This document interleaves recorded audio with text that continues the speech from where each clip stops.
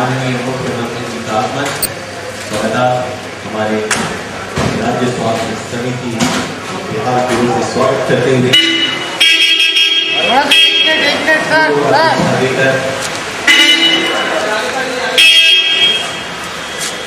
एक बहुत ही बड़ा अभियान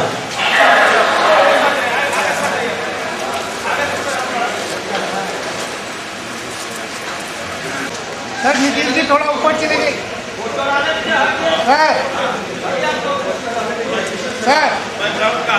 सर थोड़ा ऊपर सर थोड़ा ऊपर चले जाइए सर थोड़ा ऊपर चले जाइए सर। हाँ देखो मीडिया के देखो हाथ ऊपर घुसैले हैं। थोड़ी जगह दे दें ताकि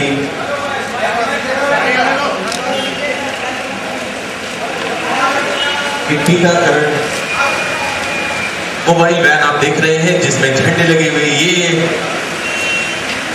ये सभी गाड़ियां पूरी टीम के साथ लैस पूरे अपने अभियान की ओर जाने को अग्रसर। और ये देखिए किस तरह से झंडे दिखाते हुए माननीय मुख्यमंत्री जी द्वारा जोरदार तालियों से वैन को भेजते हुए अपने अभियान की ओर, जिसमें अपने अभियान में पूरी तरह से सफलता के लिए ये बढ़ती हुई ये गाड़ियां तकरीबन 8,000 गाँव 8,000 लाखों जिन खतरनाक बीमारियों से प्रभावित बच्चे उन्हें निजात दिलाने को ये अभियान अपने के लिए माननीय मुख्यमंत्री जी द्वारा विदा करते हुए डॉक्टरों की टीम पूरी जानकारी पूरी तरह से दवाओं से लैस ये टीम गांव-गांव तक पहुंचने के लिए प्रचार प्रसार के सभी माध्यम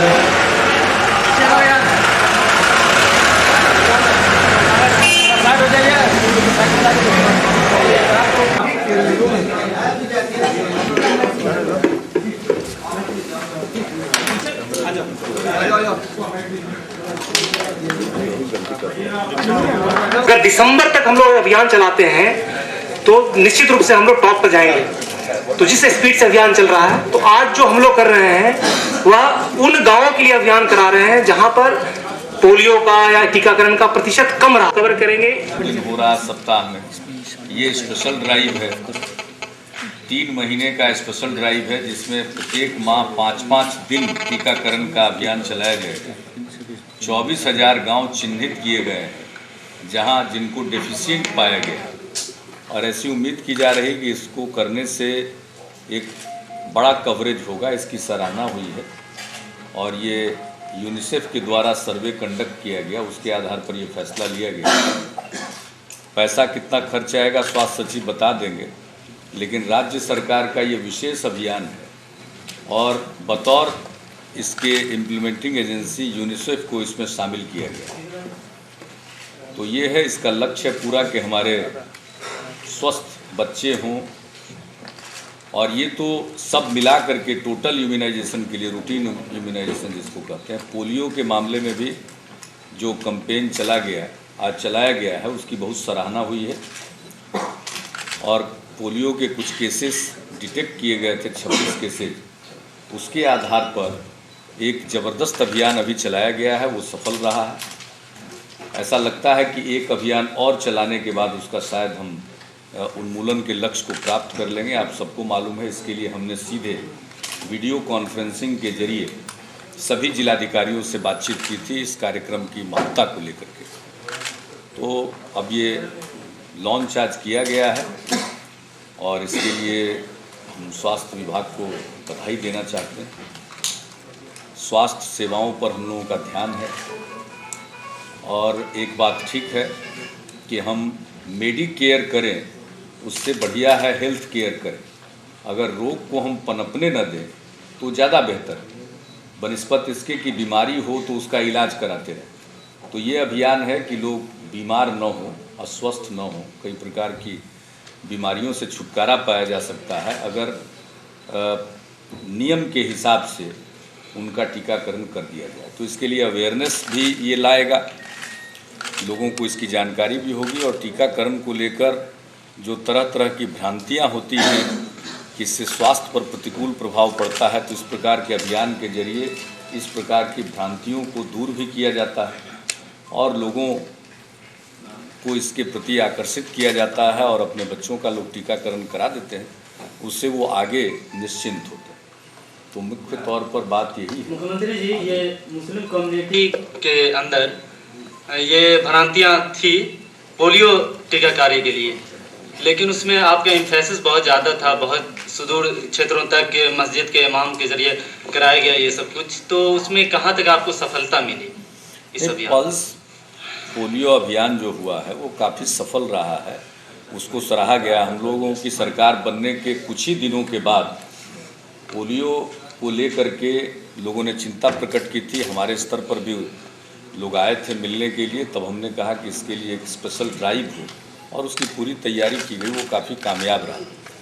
तो ये तो टोटल जिसमें पोलियो भी शामिल है और अन्य प्रकार के टीके भी शामिल हैं, तो जिसको आम तौर पर रूटीन इम्यूनाइजेशन कहा जाता है, तो उसका ये कैंपेन है और सबका सहयोग ले करके इसको भी मुस्लिम कम्युनिटी जो इससे दूर थी और उसके लिए ऐसा कुछ नहीं है कि मुस्लिम कम्युनिटी दूर है, ये आम तौर पर भ्रांति थी।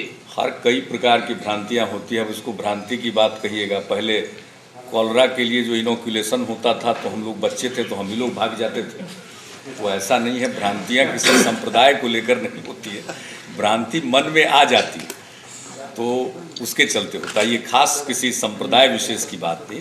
अच्छा मुख्यमंत्री जी, आग से संबंधित बीमारी है, जल से संबंधित है? बिल्कुल आपने ठीक कहा, अगर पानी शुद्ध दे दिया जाए तो आधा बीमारी तो होगी नहीं लोगों को, तो ये तो है ही है टास्क। और आप जानते हैं कि पेयजल लोगों को उपलब्ध कराया जाए, पीने लायक पानी, ये लक्ष्य है और राज्य सरकार करती है और केंद्र की भी योजनाएं हैं। तो इस लक्ष्य को प्राप्त करने की दिशा में पूरा का पूरा एक विभाग सक्रिय रहता है और अब तो पंचायती राज संस्थाओं के माध्यम से उसको और सघनता से लागू किया जाएगा। तब तक क्या टीकाकरण चलेगा हेपेटाइटिस बी का? हेपेटाइटिस स्पेसिफिकली हेपेटाइटिस बी टीकाकरण वो तो कराना ही चाहिए लोगों को, लेकिन ये चीज़ तो है इसलिए इसका नाम ही रूटीन इम्यूनाइजेशन, ये तो सब दिन चलता रहेगा। इससे अलग है वो, हेपेटाइटिस बी महंगा है। समझ गए।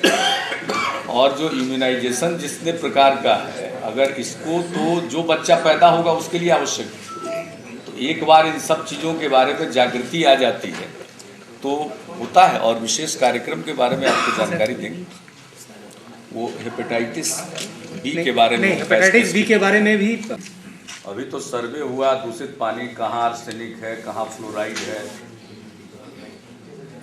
कई जिले उससे प्रभावित हैं, उसके लिए तो पूरा का पूरा बनाना पड़ेगा। और एक मन में रहता था कि pipe water supply pure water है, आप 10-15 साल पहले तक तो आम धारणा, जल्दी उसकी सफाई करा दीजिए ताकि हम वहाँ जाएं।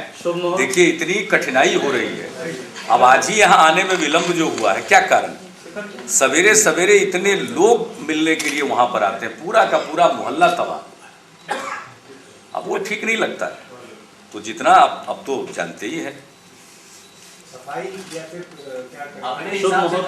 अरे वो तो आप लोग अपना लाइव लगा ही रहते हैं वहाँ, देखते क्या हो रहा है। नहीं, शुभ मुहूर्त का मामला है। आप भी सत्यनारायण भगवान की कथा करवाएंगे क्या? हम खुद तो नहीं कराएंगे, लेकिन आप चाहिए तो करा सकते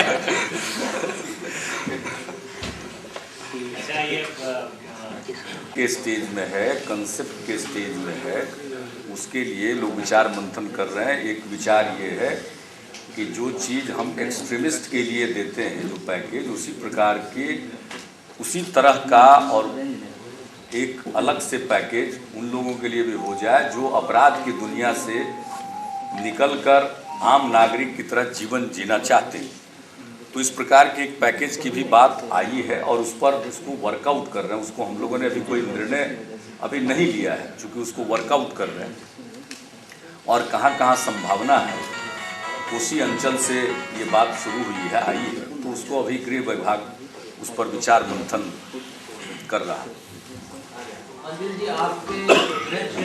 ऐसा नहीं हो पुराना झगड़ा है, वहाँ दो समुदाय के लोगों के बीच में पुराना झगड़ा चल रहा, आज का नहीं है, बीच बीच में होता रहता है।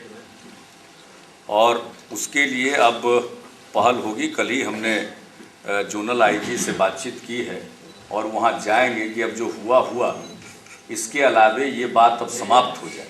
है दो कम्युनिटी के बीच में, एक तरफ पासवान कम्युनिटी के लोग हैं, दूसरी तरफ बेलदार कम्युनिटी के लोग, तो बीच में झगड़ा झंझट होता रहा, तो उसको पूरे तौर पर सुलझाया जाए। विवाद के जो विषय हैं दोनों कम्युनिटी के लोगों को बैठ करके इसका कोई रास्ता निकाला जाए, इस दिशा में भी पुलिस के लोग अब प्रयत्न करेंगे, हमने कहा।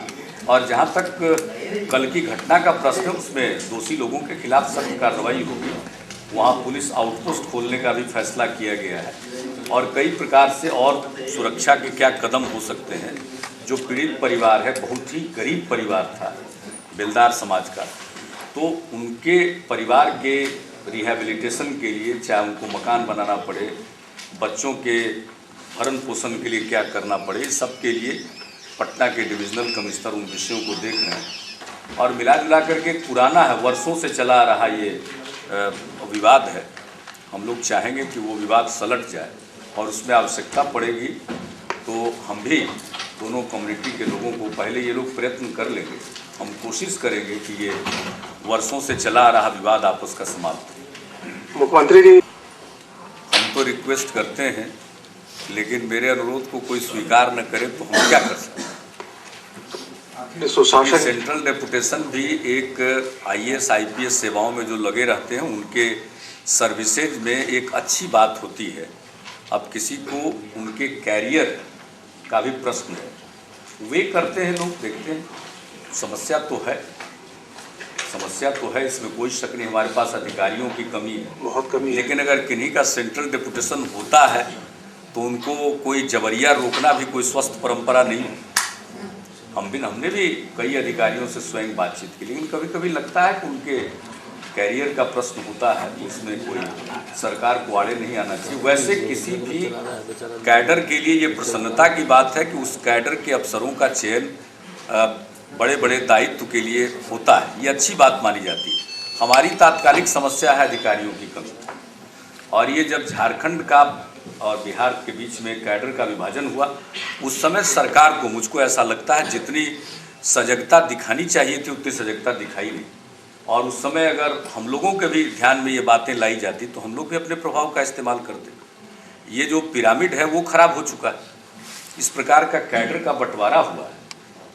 और जिस तरह से आप समझ लीजिए कि कलेक्टर और SP रैंक के ऑफिसर्स में जितनी कमी आ गई, ये बहुत ही परेशानी देने वाली बात है। और हम तो कोशिश करेंगे कि नए सिरे से इसको केंद्र सरकार से उठाएं, क्योंकि आज समस्या है अधिकारी नहीं।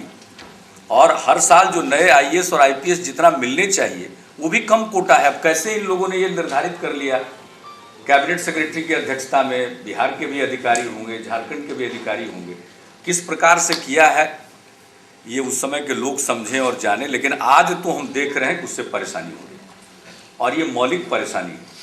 अन्य कामों के साथ साथ एक विषय यह भी हमारे ध्यान में आया है और इसको हम नए सिरे से केंद्र सरकार के साथ टेकअप करेंगे कि इसमें जो भी मॉडिफिकेशन संभव है वो हो और ठीक पिरामिड बन सके। कभी कभी देखिए ऊपर के लेवल पर अधिकारी ज़्यादा है और नीचे के लेवल पर जहाँ चाहिए वहाँ अधिकारियों की कमी। दूसरी बात है कि हमारे सर्विसेज से भी जो प्रमोट होते थे उसमें भी गति मंथर है।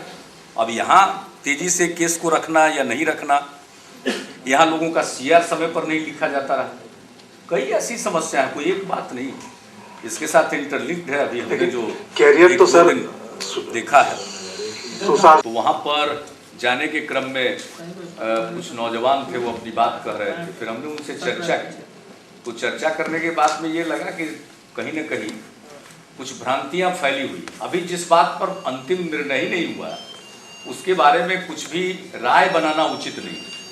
तो दरोगा, सिपाही, शिक्षक आदि आदि अन्य चीज़ों पर भी हर विषय पर ठीक ढंग से निर्णय हो रहा है। कई मामलों में कई कानूनी पेच है, पेचीदगियां हैं, कहीं जांच है।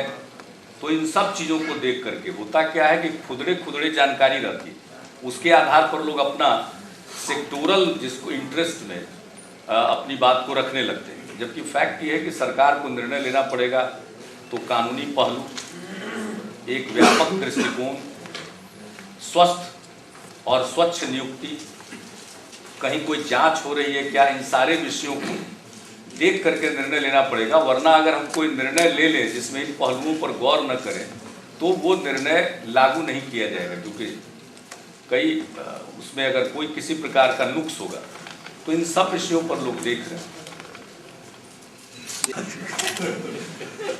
बहुत जरूरत है। हम चाहते हैं कि जितना व्यापक संपर्क के लिए, मॉनिटरिंग के लिए वहाँ सुविधाएं बढ़ें आईटी के माध्यम से, ताकि किसी चीज़ के बारे में जानकारी मिले। आज कई घटनाएं घट जाती हैं और तब सूचना मिलती है। अगर कनेक्टिविटी फास्टर हो तो बहुत सारी बातों के बारे में आप जान सकते हैं। कोई घटना होती है, यहाँ पर आसूचना का तंत्र, इंटेलिजेंस का तंत्र तो लगता है कि जिसको आप कहिए कि है ही नहीं, एब्सेंट। तो कई ऐसे विषय हैं जिसके बारे में कुछ करना होगा।